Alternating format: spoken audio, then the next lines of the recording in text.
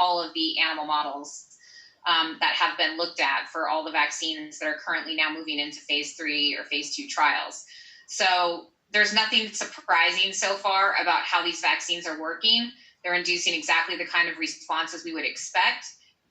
There are still many mysteries about immunity, but research is moving rapidly and scientists hope to have more answers soon. Rebecca Morrell, BBC News. Now, tomorrow we'll see the first fans set foot inside a Premier League football stadium to watch a game since lockdown in March. 2,500 tickets have been made available for a friendly between Brighton and Hove Albion and Chelsea at the American Express Community Stadium. That is less than 10% of its overall capacity. Laura Scott reports. A packed crowd at the Amex in January. That was what football was used to.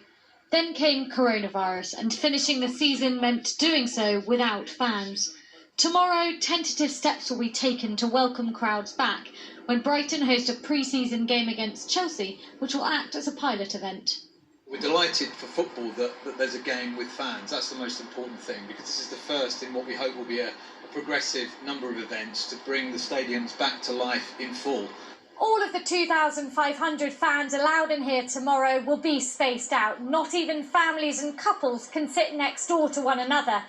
Every fourth seat will be used, and the seat on the end of every row is out of action. And only 2 stands in the stadium are in use tomorrow to allow the players to be free of any fans. Thermal imaging cameras will take random temperature checks of spectators on arrival. Masks will have to be worn in the concourses and while queuing, but not in the stands. Full stadia won't be possible for a few months yet, and with 40% of Premier League games not scheduled to be shown live, some fans may find it difficult to follow their team this season, and there are calls for a solution to be found.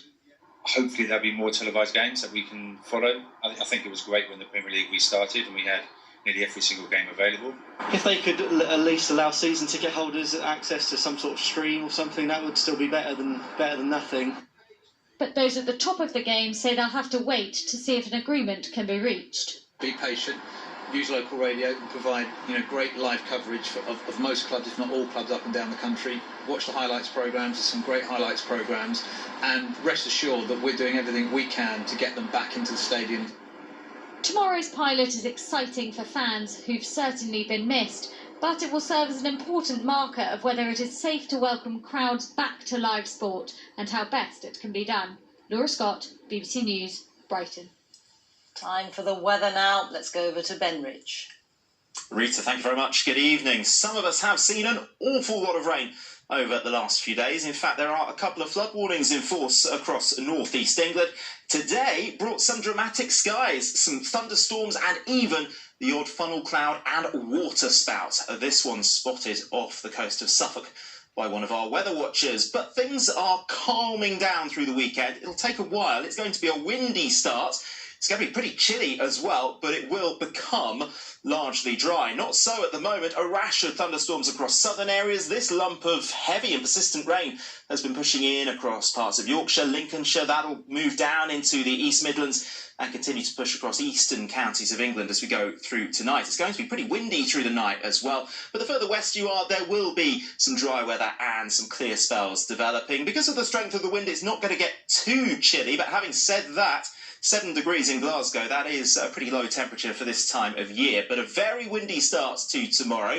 Gusts for some North Sea coasts of 50 miles per hour or more, and still some outbreaks of rain plaguing East Anglia and the southeast for a time as we go through the day. Further west, though, apart from the odd rogue shower, it's looking largely dry, certainly calmer and drier than it has been. There will be some sunshine, but look at the temperatures, 13 to 19 degrees. Disappointing for the last weekend of August, particularly when you factor in the strength of the wind. Still some rain in eastern counties through Saturday night, but further west where the sky is clear and the winds start to ease, look at these temperatures. Overnight lows of 2, 3, 4 degrees. It's going to be a cold start to Sunday morning, but Sunday is a dry day for most. Similarly on Monday, bit of rain perhaps later in the day in Northern Ireland. The wind's lighter and still cool. Rita.